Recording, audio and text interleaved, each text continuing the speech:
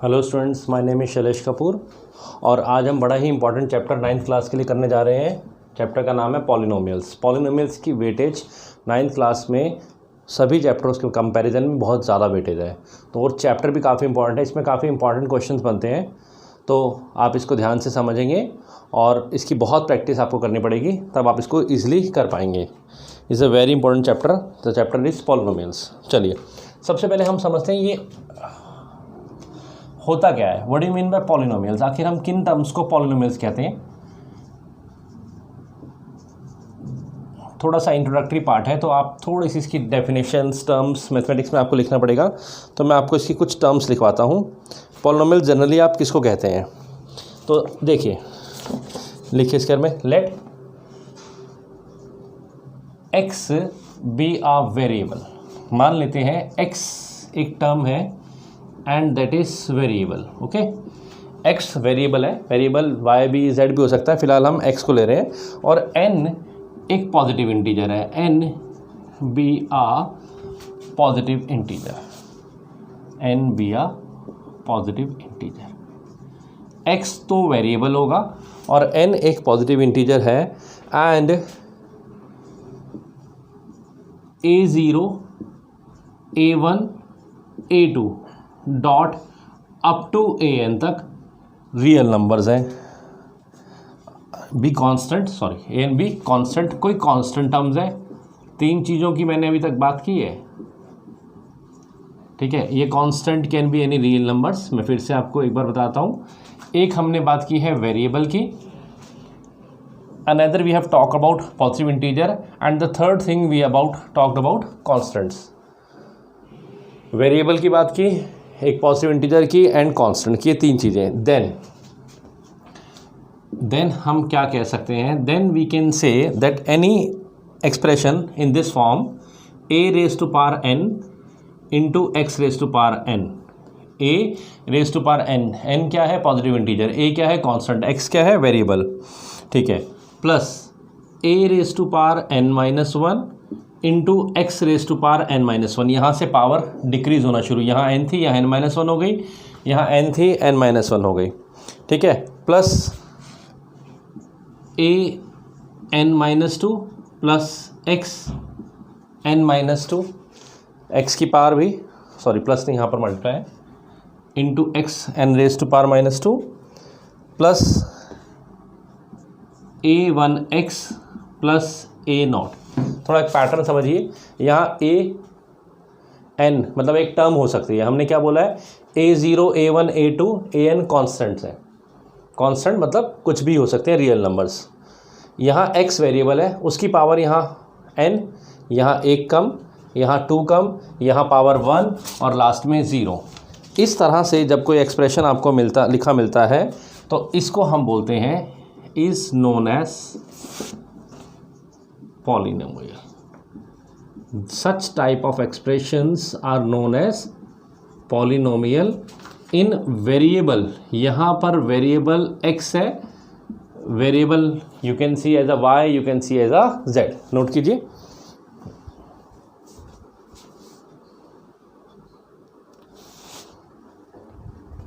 Okay, क्या हम कुछ एग्जाम्पल लिखें? आंसर है श्योर, हम लिख सकते हैं। फॉर एग्जाम्पल, फिर से आप समझ लीजिए, किसी पॉली में एक वेरिएबल मिलेगा, उसकी इंटीजर्स पॉजिटिव इंटीजर्स होंगी और एक कांस्टेंट से, जो a1 a2 है, कांस्टेंट हो गए। जैसे क्या हम √2 x square minus 5/3 x plus 7, क्या हम इसको पॉली कह सकते हैं? तो देखिए, वेरिएबल है, एक्स भी है वेरिएबल, ज़रूरी नहीं वाई भी हो सकता है, बट वेरिएबल होना चाहिए। ओके, क्या वेरिएबल की जो पावर्स हैं, यहाँ पर 2 है, यहाँ 1 है, यहाँ 0 है, ये भी ठीक है। There are a1 a2, a1 √2 है, ओके, a2 5/3 हो गया, यहाँ भी एक टर्म है कॉन्स्टेंट्स, और ये सब रियल नंबर्स हैं। ऑब्वियसली रियल नंबर्स रूट वाले, इरेशनल कुछ भी हो सकते हैं, ओके। और उसके अलावा आपके पास तीसरी चीज़ थी पॉजिटिव इंटीजर। ये बड़ा इंपॉर्टेंट पॉइंट है, क्या ये इंटीजर जो पावर है, क्या ये पॉजिटिव है? आंसर है हाँ, ये सब पॉजिटिव है। तो ये एक पॉली का एग्जाम्पल हो गया, ओके। अच्छा, क्या हम ऐसा लिख सकते हैं -5/3 x raise to power 3 plus 2x² plus या -√3? क्या is it a poly, is it also an example of poly? Yes, क्यों नहीं है? वेरिएबल है, पावर पॉजिटिव इंटीजर है, बिल्कुल है। यहाँ जो कॉन्स्टेंट्स हैं वो रियल नंबर्स हैं, तो this is also a poly. Okay, क्या नहीं हो सकता ये आप पहचानिए। फॉर एग्ज़ाम्पल अगर मैं इसी को ऐसा लिख दूँ -5/3 √x सपोज प्लस 2, क्या अब ये पॉली है? तो आंसर है नहीं है। क्यों नहीं है? क्योंकि जब आप इस x को सॉल्व करेंगे तो इट विल बिकम -5/3 x की पावर 1/2, और जब आप इसको ऊपर शिफ्ट करेंगे तो इट विल बिकम x की पावर -1/2। एक तो नेगेटिव और दूसरा ऊपर से इंटीजर नहीं है, रैशनल नंबर है +2, तो this is not a poly. अगर ये ऊपर लिखा रहता है, मान लीजिए √2 -2 √x प्लस समथिंग से 10, क्या ये पॉली है? आंसर है अभी भी नहीं है। क्यों नहीं है? बिकॉज x की पावर पॉजिटिव तो ज़रूर है, पॉजिटिव तो ज़रूर है, बट क्या इंटीजर है? आंसर इंटीजर नहीं है, तो फ्रैक्शन है, तो ये पॉली नहीं है। फर्स्ट लेवल पर आपको पॉलिनोमियल्स को पहचानना आना ही चाहिए। ओके, ये कुछ एग्जांपल्स पॉली के हैं, ये राइट वाले, these are not the polynomial, reason साफ है। और कोई एग्जांपल अगर मैं आपको दे दूं इसमें, there are lot of example. जरूरी नहीं वेरिएबल एक्स हो, आप वेरिएबल चेंज कर लीजिए, कोई और वेरिएबल में लिख लीजिए। जैसे you can also write as 2/5 y raise to power 4 plus √2 y raise to power 3 plus 10/7 something. Okay, तो फर्स्ट लेवल पर आपको पॉली को पहचानना आना चाहिए। ओके, पॉली की डेफिनेशन नोट कर लें। नेक्स्ट थिंग जो हम समझ रहे हैं इसमें, that is known as terms of polynomial and their coefficient and their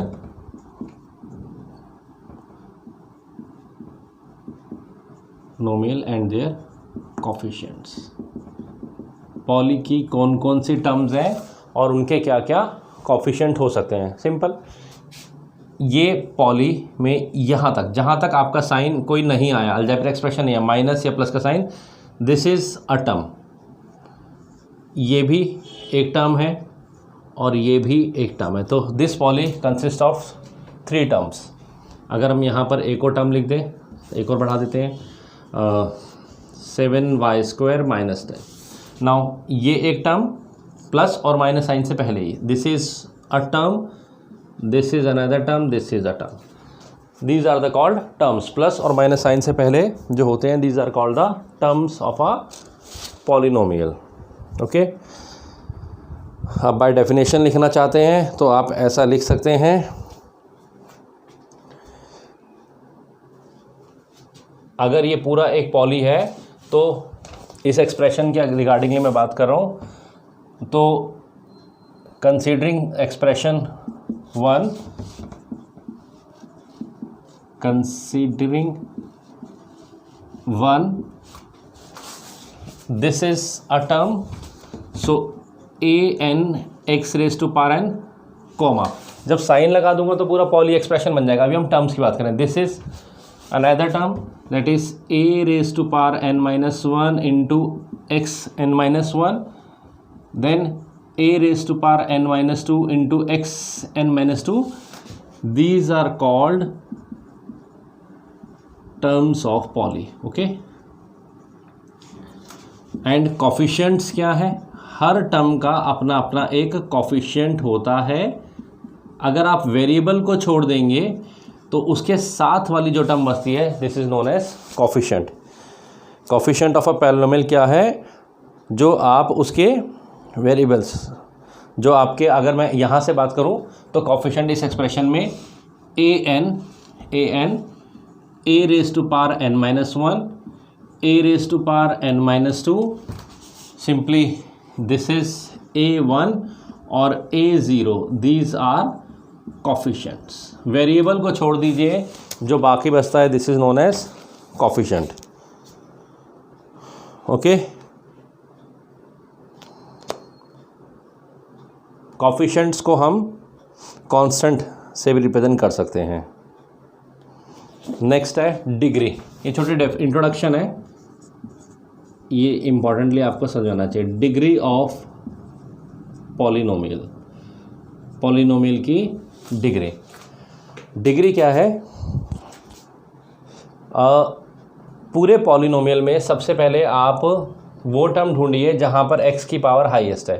जैसे 1 2 3, इस टर्म पे दिस टर्म हाईएस्ट पावर है x की, तो पूरे पॉलिनोमियल के लिए ये जो x की पावर है ये उसकी डिग्री हो जाएगी।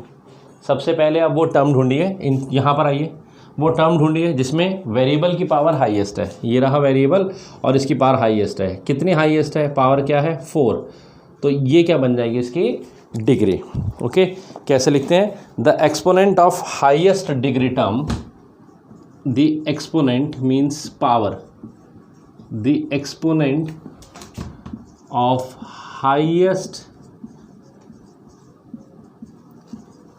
Degree term, the exponent of highest degree term. पहले वो टर्म ढूंढिए, ठीक है, जिसकी हाईएस्ट डिग्री है, वो टर्म जिसकी हाईएस्ट डिग्री है, उसकी एक्सपोनेंट को देखिए, उसकी पावर को देखिए, उसी को हम क्या बोलते हैं? Is known as the degree of the polynomial. The exponent of highest degree term of a polynomial is called degree of polynomial. देख लेते हैं, यहाँ तक दिख रहा है।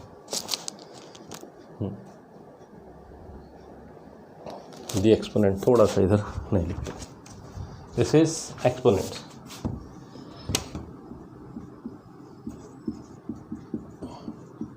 ओके, ये इंट्रोडक्शन आपको थोड़ा सा क्लियर होना चाहिए। चलिए और छोटी छोटी बातें बात करते हैं। नोट कर लिया? Now we have constant polynomial. Constant polynomial,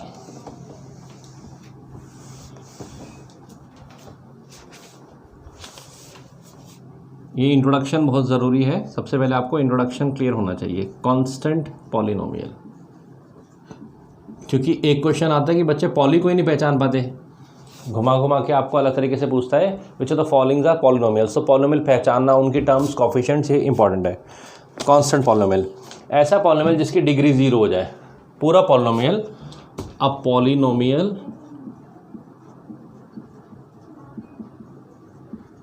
of degree 0 is called constant polynomial.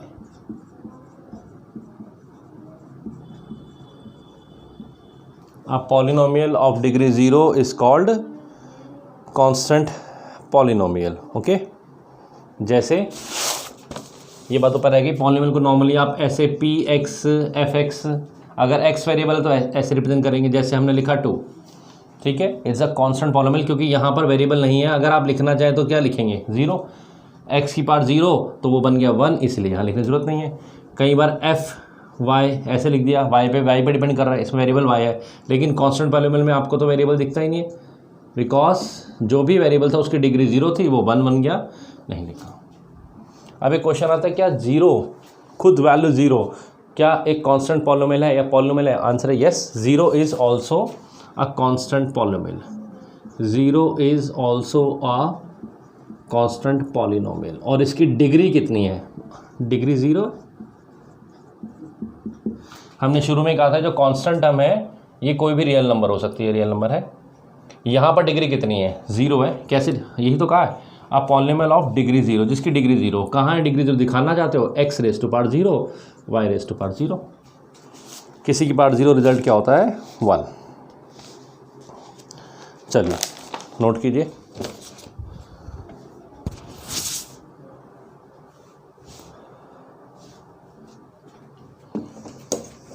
Next, polynomial का एक और क्लासिफिकेशन आपसे पूछा जाता है on the basis of their degree. Polynomials can be classify on the basis of their degree. Classification of polynomial on the basis of their degree.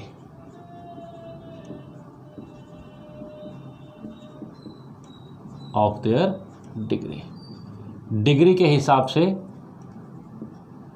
Degree जो आपकी exponent है हाईएस्ट डिग्री टर्म के, the exponent of highest degree term is called degree. Okay, इसके हिसाब से polynomial का classification कैसे होता है? सो नंबर 1 है लीनियर पॉलिनोमियल। लीनियर वर्ड हम किसके लिए यूज़ करते हैं? डिग्री 1 के लिए। तो ऐसे पॉलिनोमियल जिनकी डिग्री 1 हो जाए, जनरली हम देखते हैं इस तरह के 4x + 7, ये पूरा पॉलिनोमियल है। Highest degree term of a polynomial, highest degree ये वाली टर्म है, यहाँ तो वेरिएबल है ही नहीं, और इसकी डिग्री क्या है? 1। This is a linear polynomial. Okay, then second is quadratic polynomial. What is quadratic polynomial? जिसकी डिग्री 2 होती है। एग्जाम्पल 7x² - 9/5, या रूट में भी टर्म ले सकते हैं, कोई प्रॉब्लम नहीं, √5x + 10। डिग्री कितनी है? फिर डिग्री पे जाओ, exponent of highest degree term, ये रही हाईएस्ट डिग्री टर्म, इसकी एक्सपोनेंट क्या है? 2। नंबर 3 होता है cubic polynomial. What is cubic polynomial? जिसकी डिग्री 3 है। चाहे आप 7/5x³ इतना लिख दो, चलेगा, बाकी टर्म 0 0 है, नहीं लिखी। Then fourth is known as biquadratic polynomial. Biquadratic polynomial कौन सा होता है? जिसकी डिग्री 4 होती है। डिग्री 4, डिग्री 4 पूरा लिख दें तो √2x⁴ plus 5/7x⁴ minus 9x², 5 terms में मिलेंगी डिग्री 4 से। आपने शुरू में लिखा था डिग्री एक एक करके ड्रॉप करती है, 4 3 2 प्लस 7x + 10। ओके, अगर कोई भी टर्म 0 नहीं है तो डिग्री बाय क्वाड्रेटिक में आपको 5 टर्म्स मिलेंगे। ये क्वाड्रेटिक का पॉलिनोमियल का इंट्रोडक्शन है। ये आपको इंट्रोडक्शन पता होना चाहिए कि पहले तो पहचानना आना चाहिए पॉली क्या होता है। अगर आपको पॉली नहीं पहचानना आ रहा तो आप वहीं फंस जाएंगे। फिर उसके बाद उसकी डिग्री क्या होती है, टर्म्स किसको बोलते हैं, उनके कोफिशिएंट्स क्या होते हैं, और किस तरह से उसको क्लासीफाई किया जाता है। चलिए, पॉली को पहचानने के ऊपर एक क्वेश्चंस करते हैं। ये इंट्रोडक्शन था चैप्टर का, ये ज़रूरी था। सीधा मैं आपको स्टार्ट कर दूं और इंट्रोडक्शन ना दूं तो वो भी ठीक नहीं रहेगा। चलिए कुछ क्वेश्चन देखते हैं फटाफट। सबसे पहला क्वेश्चन है which of the following are polynomial. पहचानिए इनमें से ये कौन से पॉलिनोमियल है। विच ऑफ द फॉलोइंग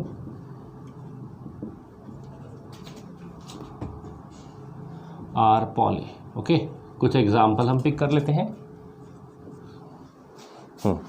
जैसे 3√x + √2x। हाँ जी, क्या लगता है? वेरिएबल भी है, कांस्टेंट भी है, लेकिन एक इम्पॉर्टेंट बात देखो, क्या वेरिएबल की पावर क्या है। अगर आप इसको सॉल्व करेंगे तो इट इज़ बेसिकली 3 × x⁴1/2। √2 से कोई प्रॉब्लम नहीं है, ये रूट में हो सकती है टर्म, बिकॉज यहाँ पर रियल नंबर्स हो सकते हैं, रियल नंबर्स पॉसिबल है। लेकिन यहाँ देखिए x की पावर आ गया 1/2, 1/2 इंटीजर है, आंसर है नहीं, नहीं है, तो ये भी एक पॉली नहीं है। आपको वो ऐसे लिख दे, चाहे वो आपको ऐसा लिख दे 3x⁻² - 2x + √7, ये पॉली है? ये भी नहीं है। क्यों? जब आप इसको लाएंगे ऊपर, ये एक्सपोनेंट ऊपर राइज आएगी न्यूमरेटर में, it will become -2x + √7। Negative integer भी नहीं होते, पहचानना पहले आना चाहिए। ओके, ये वाली टर्म रूट में हो सकती है बिकॉज यहाँ रियल नंबर्स होते हैं, लेकिन क्या ये वाली टर्म हो सकती है? वेरिएबल हो सकता है? वेरिएबल नहीं हो सकता। कुछ भी रूट में होगा, 3rd रूट 4th रूट, ठीक है ना। जैसे 3rd रूट भी दे दिया, 4³ प्लस समथिंग से 7, तो अभी भी आप इसको सॉल्व करेंगे, सिंप्लीफाई करेंगे तो ये पावर क्या बन जाएगी? This power is a fraction not a integer. Positive integer होनी चाहिए, पॉजिटिव इंटीजर होनी चाहिए। यहाँ रियल नंबर्स हो सकते हैं कांस्टेंट में, और वेरिएबल भी अवेलेबल होना चाहिए, या डिग्री 0 हो जाए कोई बात नहीं, वो कांस्टेंट हो जाएगा। ठीक है, एक तो इस तरह के क्वेश्चन आ सकते हैं। दूसरा आ सकता है आपसे कोफिशिएंट पूछ लेगा। चलिए इसको हटा देते हैं। मान लीजिए -2x³ + √7x² + 9 आपसे पूछ रहा है कोफिशिएंट ऑफ x³ बताइए। तो x³ को छोड़िए, जो टर्म है वो कोफिशिएंट है। कोफिशिएंट ऑफ x² बताइए, √7 है। अगर x0 पूछ रहा है तो x0 तो यहाँ उसका कोफिशिएंट 9 हो गया, बता सकते हैं। कांस्टेंट में तो ये वेरिएबल तो x बार क्या हो जाएगा 0। ओके, एक क्वेश्चन आ सकता है आपसे डिग्री पूछने पे, जैसे इसी क्वेश्चन में हम दोबारा से पूछें कि इसमें डिग्री क्या है, या चलो -2x4 + 9x³ + 20 डिग्री क्या है। डिग्री क्या थी, हाईएस्ट डिग्री टर्म, ये रही हाईएस्ट डिग्री टर्म। पहले उसको ढूंढो, उसकी पावर देखो, एक्सपोनेंट देखो क्या है 4, तो डिग्री इज 4। पहले वो टर्म ढूंढो जिसकी डिग्री हाईएस्ट है। ये पूरे पॉली की नहीं हो सकती, हाँ इस टर्म की डिग्री पूछे तो बात अलग है। पूरे पॉली की डिग्री ये है। ओके, वैसे पूरे पॉली की ही ज़्यादातर पूछी जाती है। फिर तीसरा क्वेश्चन आपका, इनको क्लासीफाई कीजिए लीनियर क्वाड्रेटिक और उसमें। तो ये आप देख रहे हैं इसकी डिग्री क्या है 4 वाला क्या होता है by quadratic, this is by quadratic. अगर यही -7x + 9 है, बताइए किस तरह का पॉली है, this is linear polynomial, linear polynomial. फिर कभी कभी 2 वेरिएबल्स में दे देता है, मान लीजिए यहाँ पर दे दिया 9 + 10।